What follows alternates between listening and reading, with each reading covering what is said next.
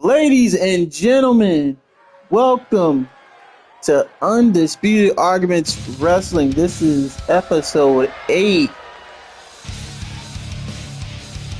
And this is the go home show to our next big show. And not only is it our next big show,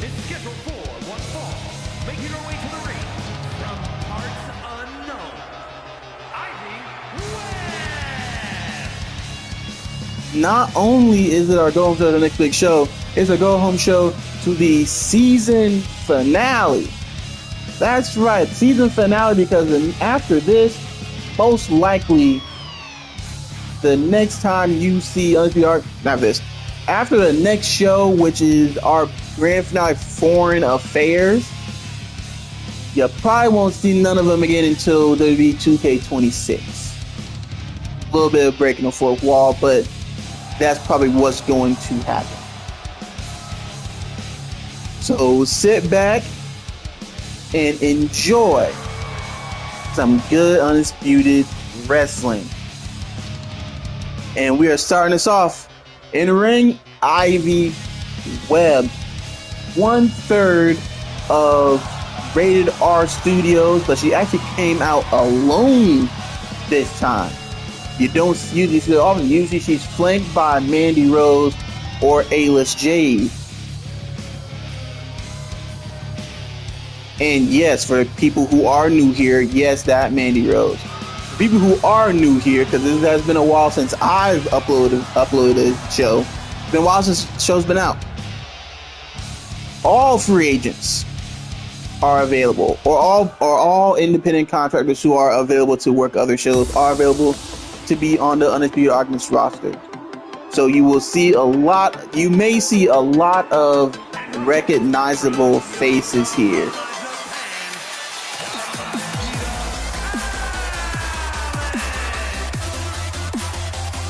Essentially, these two, however, you may not be recognizable. Yamashita Alice, one half of the Hit Girls. Backstory: the Hit Girls and Radio Studios have had a bit of a tussle in the past few weeks. These two teams do not like each other, and with that being said, on the pre-show to Undisputed Arguments Wrestling Foreign Affairs, don't know when that date's gonna be at yet. I don't have a date for it. Just turn on notifications so y'all can keep track of this. If you want to watch it live on Twitch, or if you're going to watch this on YouTube, where it's much more edited, there's probably some music playing right now. Turn the notifications on either way so y'all can either watch it live or watch it in its 100% glory.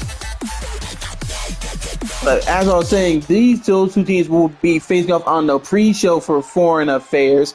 But right now, we got us a good old-fashioned one-on-one match.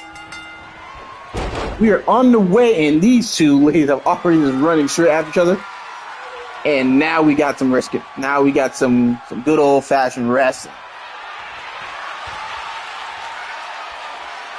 Ivy Webb in control with a headlock takeover.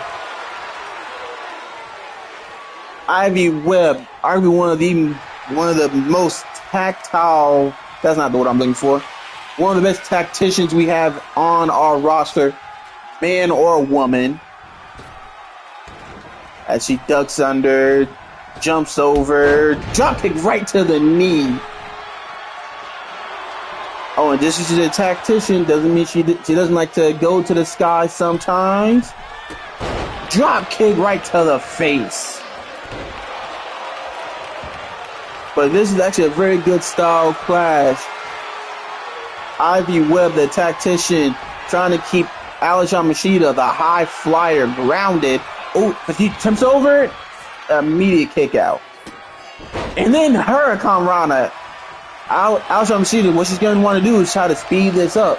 She does have the speed advantage, but if she gets grabbed, it's going to be stuff like that. German suplex. In a 1 count. And Yamashita returns with another Hurricane Rana. And a drop to the back of the head. A little receipt, if you will. 3 kicks in a row. rolls out of the way. Another kick to the leg. Oh, and smack. Oh, we going back and forth race. Shot back. Smack. Open hand. Double open hand. Anything Alex Amchina gives, Ivory is returning back just as hard. Oh, that was a closed fist. Oh, and Alex Amchina going for another one. Oh, but Ivory blocked that one. Oh, now Alex, he said he's going back and forth. And we got us a good old-fashioned hockey fight in the middle of the ring. The crowd is loving it. Alex Amchina gets the advantage. Cross-arm net breaker. Stacks her up. 1, 2, no. But, oh, she's in a drop zone. That's a little far away, but she able to hit it. Shooting star press. 1, 2, no, she kicked out. Ivy Webb was able to kick out a shooting star press. Does Alex Amchina have anything else in the tank that could win this match? And did her own version of a drop kick, springboard drop kick. Alex Amchina clearly thinking what else is there, what else she has. Alex Amchina emptied her whole tank right then. Oh, trying to use the power gain. I don't think that's gonna work for her. Clothesline, she ducked it. Goes off the ropes. That's countered by Ivy Webb. Oh, that was countered. Double, 2 forearms, sling blade by Yamashita Alice. Cover up the sling blade. Daphne trying to get in position. And that is 3. Off the sling blade, she went. Oh, Ivy Webb tried to sneak her, but Alex Amchina can't having none of that, and then dumps her to the outside. A sore loser, and then got beat up after the fact. You hate to see it.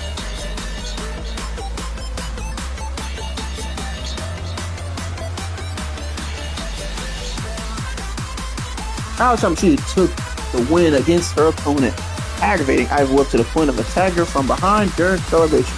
The winner easily stalled the attack and instead sent her attack to the outside with a reversal, adding more embarrassment to the loss. I know the fact the ladies of Radar Studios is not going to be happy when they go back and see what happened. But like I said, they will see each other in the pre-show of Foreign Affairs. And in that tag team match will have a lot of implications because if for people who also do not know, we believe in intergender matches. Meaning, it's quite possibly that the winner of that match could go on to face the tag team champions, the Headhunters, that being Kid Jack and Kobayashi. However, they also have a match at Foreign Affairs as they will be defending their tag titles against. Wow, I have a brain fart.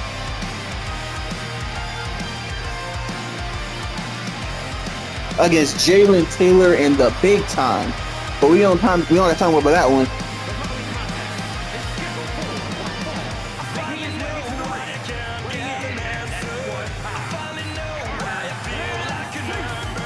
We don't got time to worry about the tag team division currently because Carter Van Syce is out here. Carter Van Syce, who last we saw him, has his current issue with the Superstar. Carter Van Syce trying to climb his way up the ranking to get him a title shot against our World Heavyweight Champion King Quinn. And he's hoping a win over veteran in the game Carl Anderson will get him one step closer to that goal.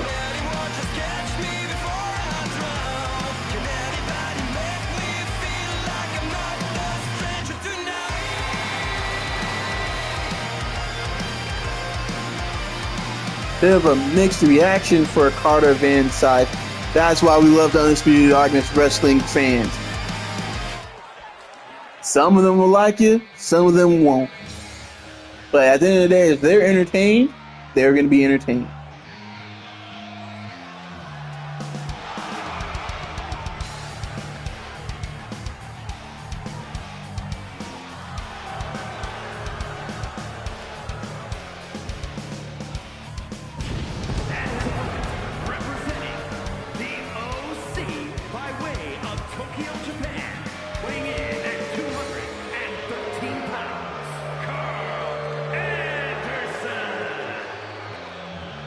Carl Anderson, one half of the OC, the Good Brothers, whatever you want to call them. They, speaking of, to circle back to the tag teams, they recently had a tag team title match against the Headhunters at Undisputed Darkness Wrestling Summer Vibes. That one coming off, that one they were defeated. So, Carl Anderson will now look to get a victory here and hopefully get him and his partner Luke Gallows, Doc Gallows, whatever you want to call him, back onto the winning column. So very high stakes for both these men. And Carl Anderson, both of them ran at each other, but Carl Anderson ducked the clothesline and hit him with a neck breaker. Oh, and in return, Carter Van Sice was a strong headbutt. Carl Anderson kicked up. And the veteran Carl Anderson currently on top. Telling this young man he's had some things to learn. And mounted punches and a stomp for good measure. Oh, and Carter Van Sice, the counter. Carter Van Sice trying to get some momentum going. He was affected by that early never. Look at the shine power bomb by Carter Van Sice, followed by attacking the legs, and in return with the mounted punches and kicks, calling Carl Anderson to his feet. And now we're gonna do some little collar and elbow tie up. Carl Anderson ducks under, now he's got the waist. He's got waist control. Got flipped over and cranking the neck is Carter Van Sice. Oh, cranks it up, hips to the sky. Even a move as simple as this could really injure your opponent in the long run. And switches to the arm. Carter tried to get out, but Carter was able to keep the arm. Oh, then pushing down on it. Carter Van Sice shot, proving that he's more than just a powerhouse. He has some wrestling ability. Wait, what the? No. There's the Superstars music, but where is he? Oh my God! He cracked him right over the head. Damn. I beg your finest.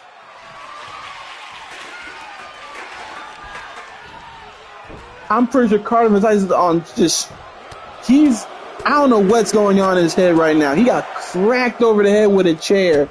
Was able to kick out at one, but I think that's going straight adrenaline. And I believe that also busted him open a little bit. I believe there is some blood trickling down from where he got hit. But good Lord, the Superstar drilled him.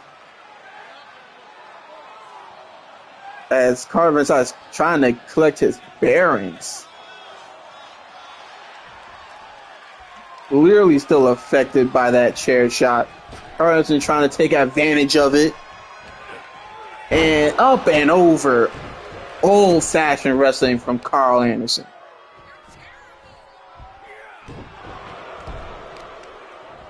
And now working on the arms, trying to stop the power game of Carter Van Sice. Oh, and now also attacking that cut. Oh! And a straight karate kick, followed by a powerbomb out the corner. Oh, but Carter Van Sight kicks right back up. I think his adrenaline's kicked back in now. Ducks under. Big spine buster. Spine on the pine from Carter Van Sight. Then picks him back up. Going for another power bomb.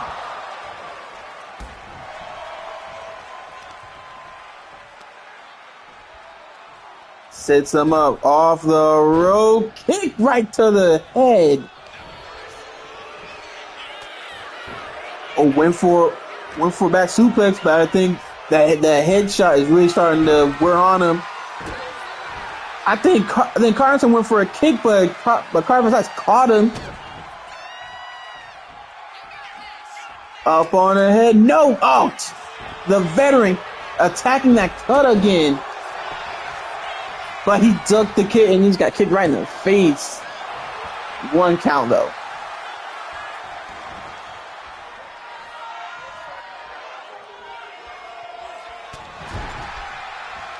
Now Carver got him in the corner. Throws him in an overhead suplex. Just threw him like a bag of ice. And he's going to stomp right into his chest. And that's a good, oh my God, the blood is flowing into the eyes. That could be a bad thing the longer this match goes on. Another spine buster.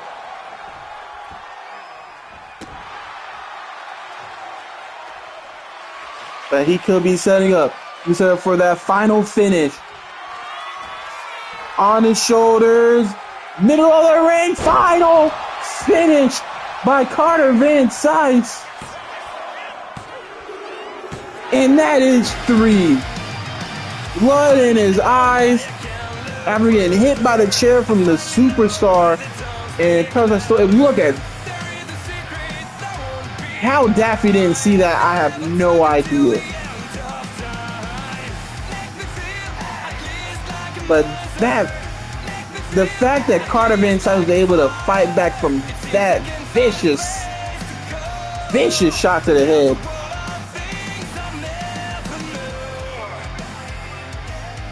But still was able to come back and hit that final finish. Just incredible work.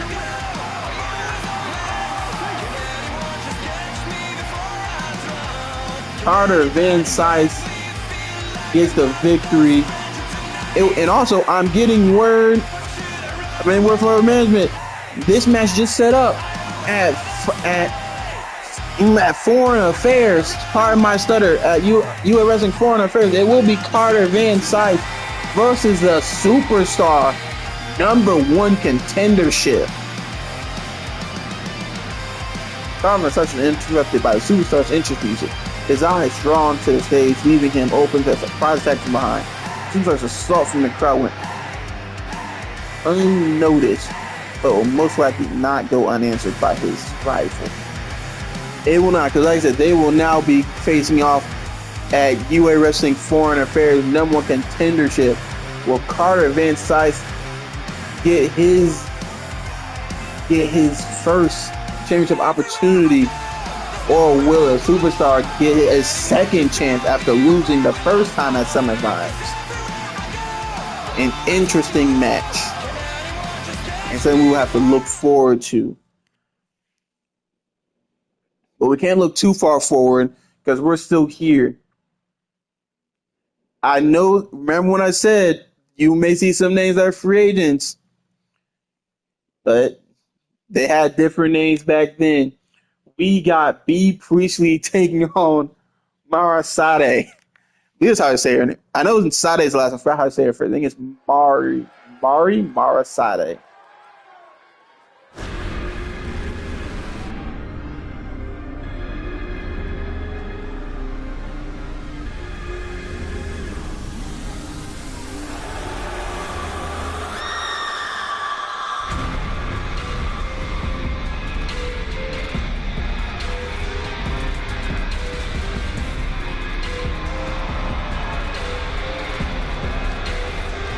The following contest is scheduled for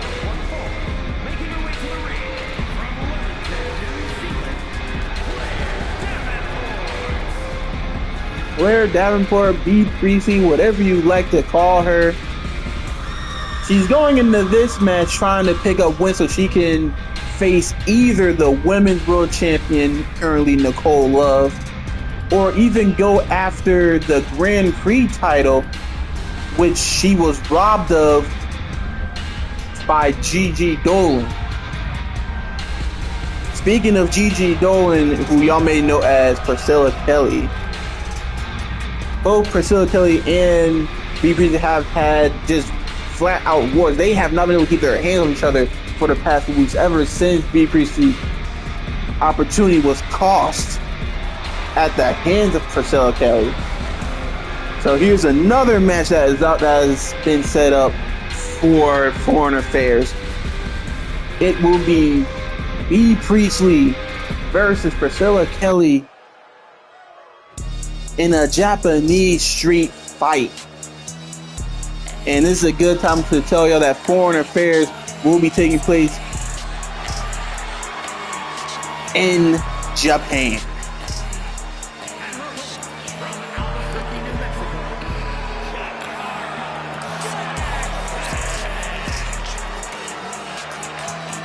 Jakar Jackson, Mara Sade, whatever you like to call her. She has shown a lot of promise in this UA wrestling ring, as well as all other rings she has stepped foot into. Does not have that one statement win here in UA wrestling, but has shown a lot, and I mean a lot of fight. Has improved greatly in the ring, has shown out, has surprised everybody in the UA wrestling ring that did not know of her before she was sent up north. But since she's returned from being in the company up north, she has shown that she is one of the bright young stars in any company she can go to. But will she be able to beat the top gaijin in B. Priestley? Oh, and off top, Jakar Sade won. Just straight attacked her off the rib. Was able to get the jump on her early. I think B. Priestley may have thought she has.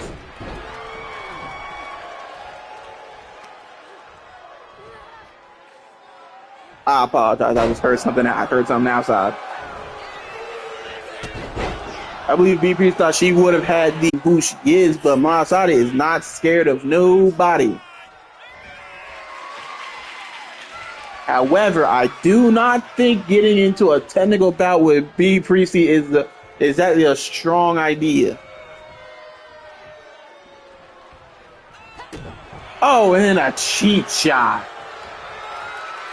And now B. Priestley looks to try and get control. B. Priestley trying to get this wrestling game going. Oh, but now they're showing off their strength. I would argue Mara Sade would do best to try and turn this into just a straight up brawl. But B. Priestley with a head kick is just that good of a striker and a wrestler. Oh, and then drops her on her head with a back suplex. Mara Sade tried to get the jump on her, but ducked. He's tied up, trying to get that advantage. Each one has a headlock. They're just straight brawling. Oh, and then B. Priestley throws her away and then hits with a drop kick. Calling for her to get up. Throws her off the rope. Ducks under. Goes over. Went for a knee. Sade was able to catch it. And we're taking us to the outside. Sade got her eyes locked in on Blair Davenport. Thought about it, but I guess she got scared and dropped it. Oh my God! Dropped on her head on the floor. And yes, even though there's padding right there, that padding is not very thick. That is a very thin padding covering some concrete. As we're at a count of 3. as Sade throws her back into the ring and letting B Priestley get her bearings back. This may not be a good idea from her. Oh, but then Dick brings her back down to net breaker. Now that was a good idea. Sade going to the top. Calling her to her feet. I guess she knows what she wants to do this time. Cross body. Ropes. Doug Sunder clothesline. These days are going back and forth. Went for a clothesline. Counter kick by B Priestley. Forearms are blocked. Sade moves her to the middle of the ring. Throws her back to the corner. A little bit of a hip throw. Oh, but too much taunting. And they got elbow for her trouble. A little too much taunting by Sade and caught an elbow to the jaw, but was still able to kick out. And this is just where experience factor comes into play.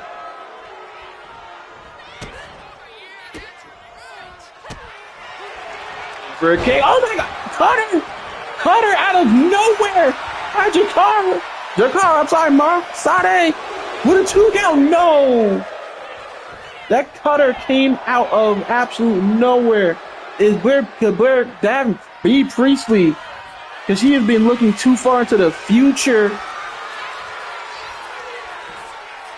Oh my God, Komagoye, knee right to the face. No, I was saying, Blair Davenport, I keep calling that. B Priestley has been looking too far to the future at her match against Priscilla Kelly that she was overlooking Sade. I do not think she expected this match to go this long. With Priscilla Kelly in the back of her mind this whole time, she is letting Sade just get the upper hand on her this for various points of this match. Oh, knee! Throw her face right into the knee, and she also might clip the steel steps as well. Oh, speaking of steel steps, she got thrown straight into him as we represent a count of 4. Back into the steps. Count of 5. Just multiple times just thrown into the steps.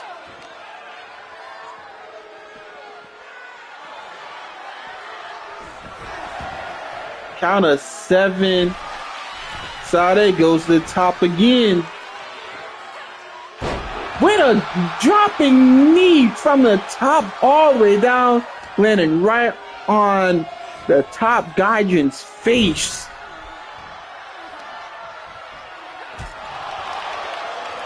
Then throws her right into the turnbuckle. That is a dangerous place to land, because if you miss even a second, you're going face into that little rod that's being covered by that padding. The strength of B Priestley takes her all the way to the other side. Sade trying to fight back out of it.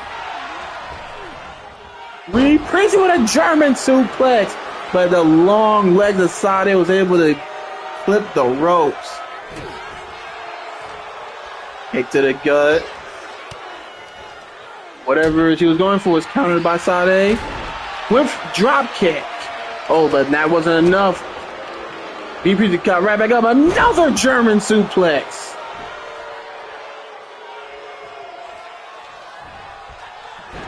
Went with something, but she took too long. Sade got back up and another cutter. A second cutter by Sade. That could be it. And it is.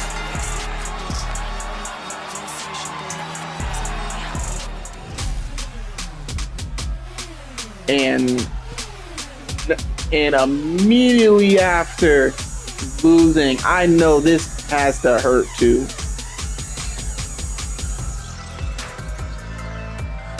Imagine losing to an opponent that you probably should have beaten, and then your next opponent comes out to look at you. Luckily, chat, we put in a contract that those ladies were not allowed to touch each other. because we've seen that they will go back and forth, back and forth, and back and forth.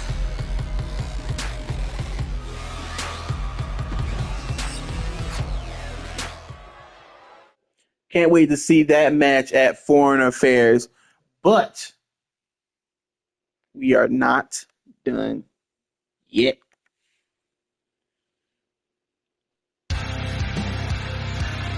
As Dakota Kai, King Coda, Charlie, as what she's actually being called now, is coming out. She has her own issues with Amy Gates. The former Grand Prix champion had her title stolen by Amy Gates, and then because it was stolen, it was she ended up losing it to Olivia Sutton. And she's calling out Amy Gates, and Amy Gates actually comes out in response. These ladies also going to have a match of Foreign Affairs. Dakota Kai, King Coda, Charlie just wanted to know why Amy Gates will cost her a title match when instead she could have just fought her for the title.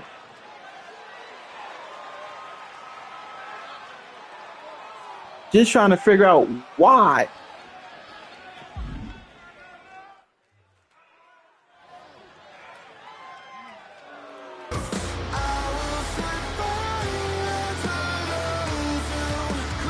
And I guess she had nothing to say.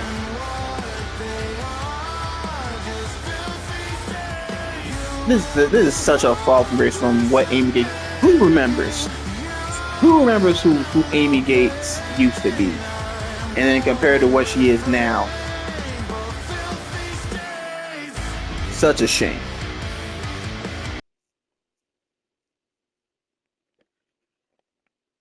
But next up, the promos are not done because we have the new Pure Wrestling Champion, Aura Anand.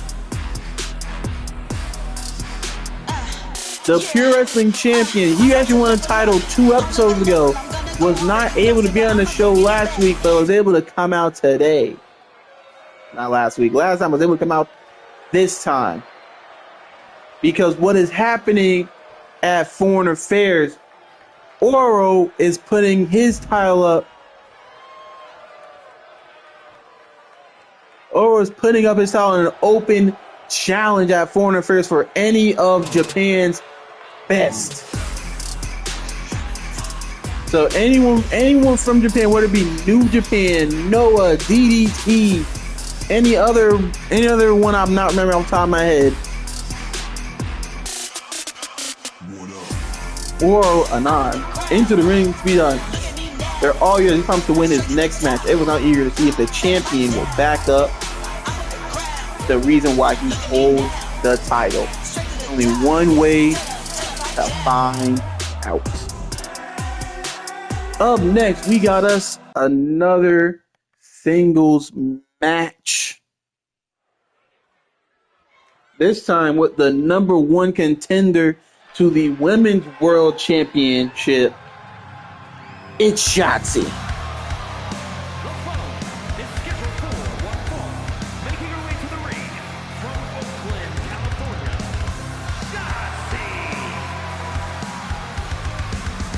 Shotzi. I can't say what her nickname is because, like I said, this show is rated PG-13, and I'm not using that name. I'm not wasting that one curse word on the name. But she confronted Nicole Love, our world champion, last show after the just vicious attack of one, beating the former champion Kathleen Grace, then putting her through a table. Kathleen Grace has not been seen since she was put through the table by Nicole Love.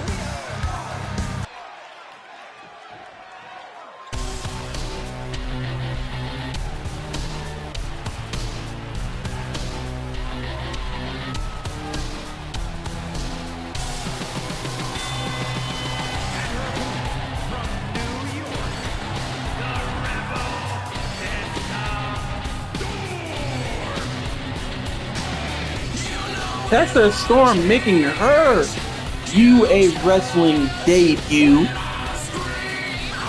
Now, I have talked to a lot of people in the back because I wanted to get some information on who Miss Tessa Storm is.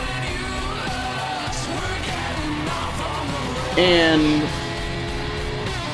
from what the people told me is this whole persona thing, all the purple, all the black hair. Yeah, first off, you can see the roots. She's a natural blonde. She shouldn't be out here. So on the watch, she's a natural blonde. Basically, I was told that this girl is a poser. She's trying to be something she's not, but Bob also, she's pretty athletic in the ring. So I guess she's just trying to find what makes Tessa Tessa. I mean, taking the last name of a famous person, dressing like other people. I'm put too much thought on Tessa. This is about shots. Tessa just breaks the back and then scratching the eyes. She's fighting like some stray cat. Just claws and scratches, and Shotzi is not taking point to that whatsoever. Ducks under, and then a knee right to the face.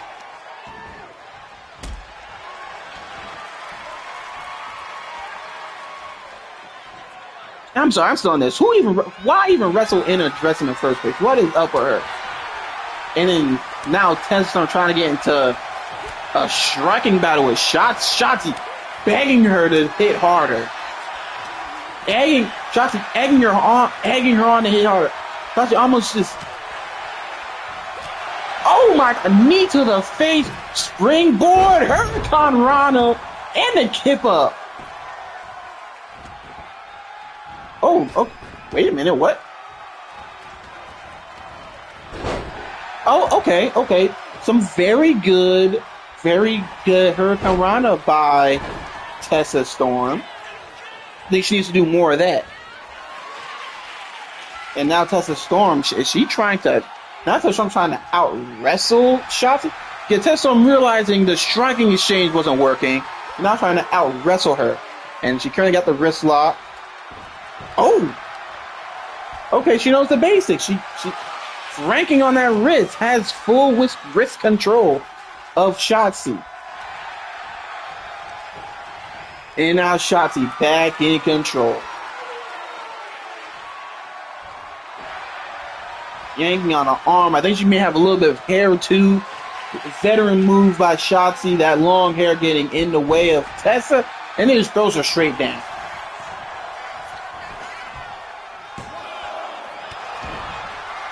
Just a one count. And I'm thankful for our cameraman because I'm sure the people in the crowd are getting a good front row seat to that. Goes over and sliced bread. Sit out style. And now she's going to the top. She could be going for that big senton. 1, 2, 3. Shotzi picks up the victory as she should. And out comes the champion. Nicole Love coming out here clearly does not look impressed. Clearly does not look too much impressed by Shotzi's victory. But she's coming out flaunting the title. The title that Shotzi wants. But after Foreign Affairs, who will win the title? Who will walk out of Foreign Affairs with the title?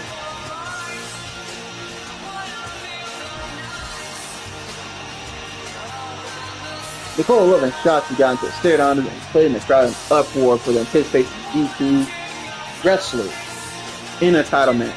Both competitors have shown they're taking this championship match seriously, promising an intense bout between these two rivals.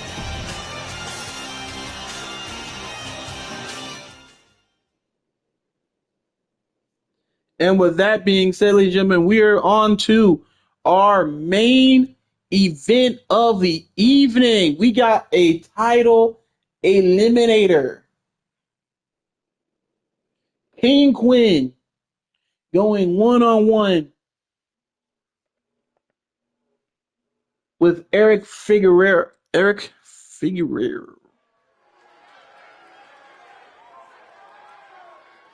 Look here, y'all know I don't like Eric. Y'all know my feelings about this guy. But anyway, we're not worried about him because it's all about the champ. Champ is here.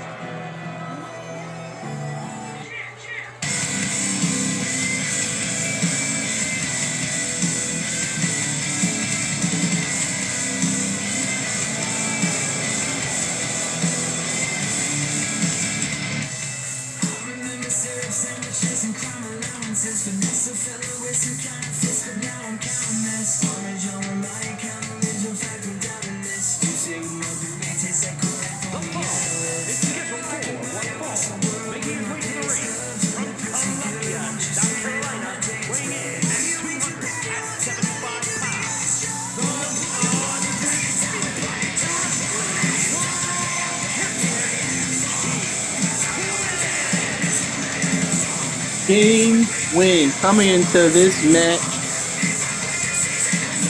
against the King Eric. Eric, formerly known as El Corredor, for those who do not know. But I can't call him a bum. Eric is actually, after going to the Fed up north, became a champion in that other company. But this isn't, but UA Wrestling isn't that other company run by that guy with the big nose. This is UA Wrestling. This is King Quinn.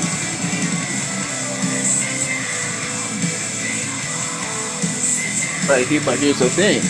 Could King Quinn also be looking past? We saw what happened with B Priestley earlier. She was looking past her opponent and ended up losing to Sade. King Quinn also has a title match coming up. He defends against Valentine Hunt, whom King Quinn actually cost Valentine Hunt his piercing title, which is why Ora Mensa has him now.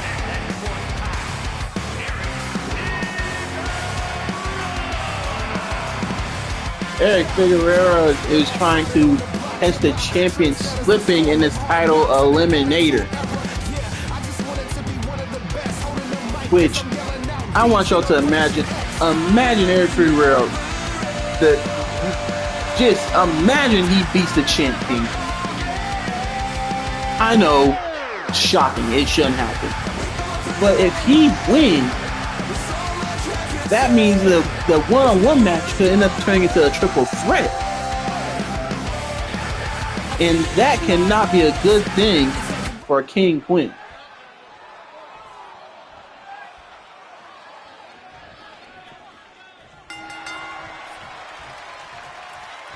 And DDT off the gate for a kick. Duck and hit him low with the drop kick to the leg, already setting up for that ankle lock that King Quinn has put so many people away with. Side note, unrelated, I need to point this out.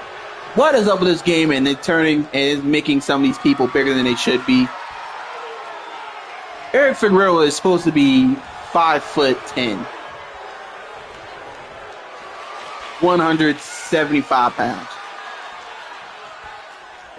What's up with this game, brother? But at least the new game comes out in a month. As anyway, back to kayfabe. King Quinn just out wrestling and throwing around Eric. But Eric comes back with a huge Hurricane Rana. Again, we start off the night with the technical versus high speed, and we're gonna end it out with technical versus high speed. As King Quinn, currently in control, got the headlock. Eric throws him off, ducks under, goes over, then comes back with the elbow, then with a moonsault. And not even a 1 count. That one wasn't able to get on the ground all the way. One for the kick, ducks under, slips through the legs, and connects with the kick again. And wait a minute, what? I don't even know what you call that submission, but Eric Figueroa, this him had him too close to the rope. Chop off the rope, drop kick to the side of the head. Then with another moonsault. We went for that moonsault one too many times. And King Quinn attacking the leg. Off the rope with a big splash.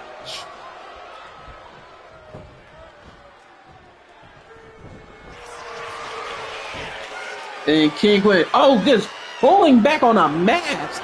That's not fair. Hey, and I'll defend Eric here, even though he just botched the moonsault. You don't go after a superstar's mask. Ducked under, try to sneak him up with a victory roll. Didn't work. Went for the moonsault, but he was too far away. But he was still able to get up first. And out of nowhere, King Quinn hits him with the flatliner. 1, 2, no.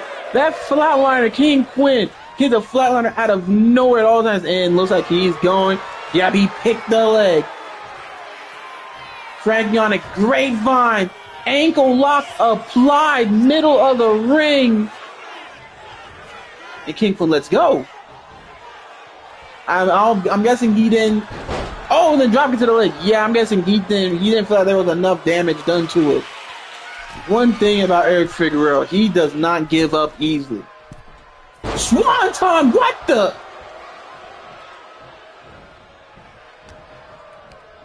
King Quinn pulling out moves he's never seen before. And then elbow to the back. The well-known back issues of King Quinn. The well-known back issues, and Eric Figueroa is trying to take advantage of it. He don't have to step out of the ring, collect his bearings, but now he's back in the ring.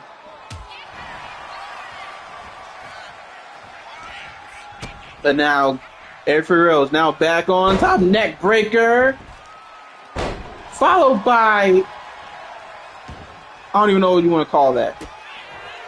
But anyway, whatever that was, it didn't affect King Quinn at all. King Quinn now has Eric Figueroa in the corner. Throws him off. And a pounce! A pounce by King Quinn. And then called him too little. But I think he may have been taunted too much. Yeah, Eric Figueroa with the counter and a back elbow. Calling him to his feet. Poison Rana! King Quinn got spiked right on his head. But it's not even a 1 count. Now he turns him over. He could be lining him up for that basement drop kick. Right to the face, but it's not over yet. Picks him up. Try to go for a power bomb, I think. That is not your game, Eric. And now King Quinn looks to take advantage of it. Ducks under.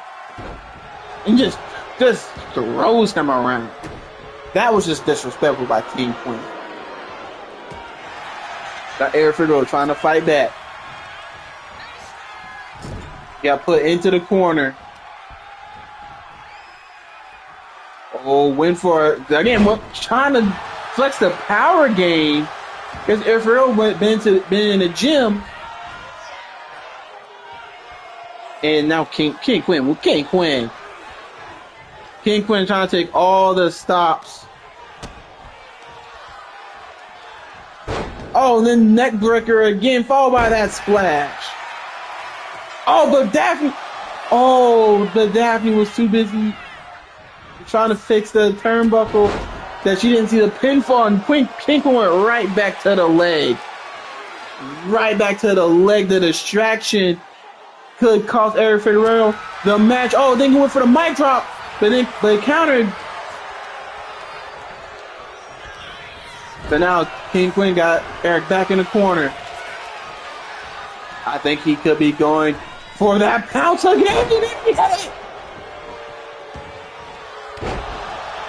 And then an elbow drop to the back of the head.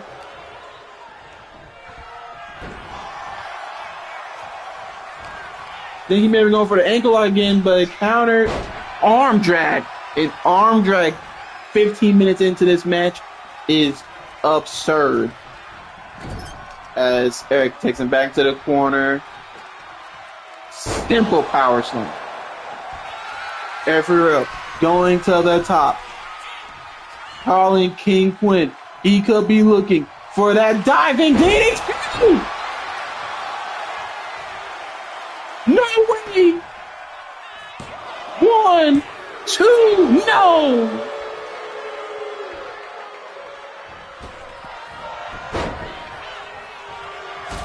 Oh, but then got back up, a mean kick to the face. And he's going for this neck breaker again, followed by that splash again. And now going back to the top. He could be looking to hit it a second time. One King kick KO one time, that's one thing. He KO on the second one. Oh my god, he hit it again. He went down. 1, 2, 3. And ladies and gentlemen, the one-on-one match has just turned into a triple threat. King Quinn again got caught, just like earlier tonight, got caught thinking too far ahead to the opponent, and Eric Figueroa messed around and stole him a victory.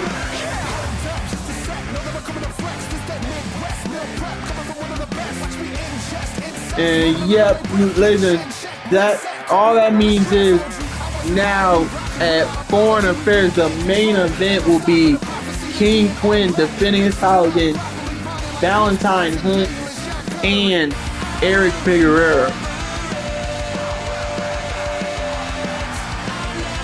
What timeline are we? Where Eric is getting victories over the world champion.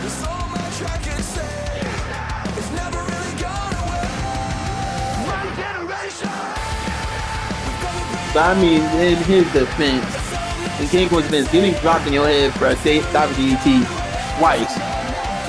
I'm pretty sure John Cena wouldn't kick out a 2 from that.